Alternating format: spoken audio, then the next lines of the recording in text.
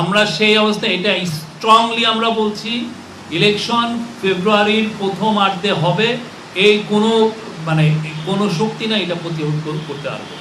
Election ঠিক ফেব্রুয়ারির 15 তারিখের আগে হবে, ফেব্রুয়ারির প্রথমার্ধে হবে। কোনো ধরনের কোনো কনস্পিরেসি এটাকে থামাতে পারবে না। আপনি একবার কোশ্চেন করেছেন,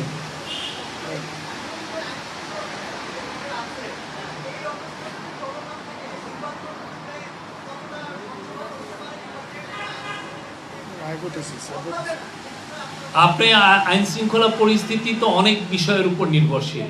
আপনারা একটু পুলিশের যে হেডকোয়ার্টার থেকে আপনারা আইন শৃঙ্খলা বিষয়ে যে স্ট্যাটিস্টিক্সগুলো নেবেন, নিয়ে আপনি দেখবেন যে গত বছরের তুলনায় আইন শৃঙ্খলা পরিস্থিতি কতটুকু অবনতি হয়েছে, আদৌ হয়েছে কিনা।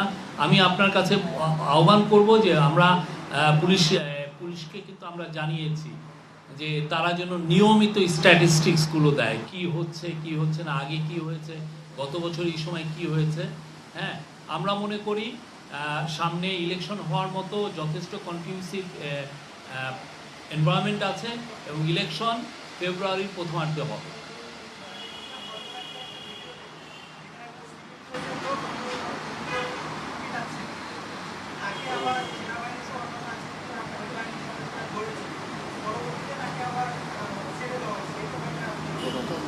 এটা তদন্ত করা হচ্ছে। আমি যেটা জানি উনি হচ্ছেন একজন পুলিশ কনস্টেবল। হ্যাঁ, উনি ওই ল ডিউটিতেই ছিলেন। বাকিটা আপনারা ডিএমপির কাছ থেকে জানতে পারবেন। Thank you.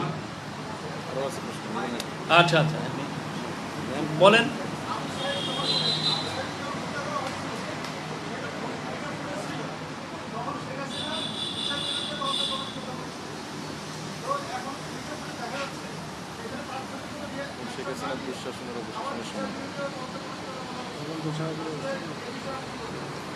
তখন তো যেটা ছিল সেটা তো ধরেন এক ধরনের নাটক ছিল।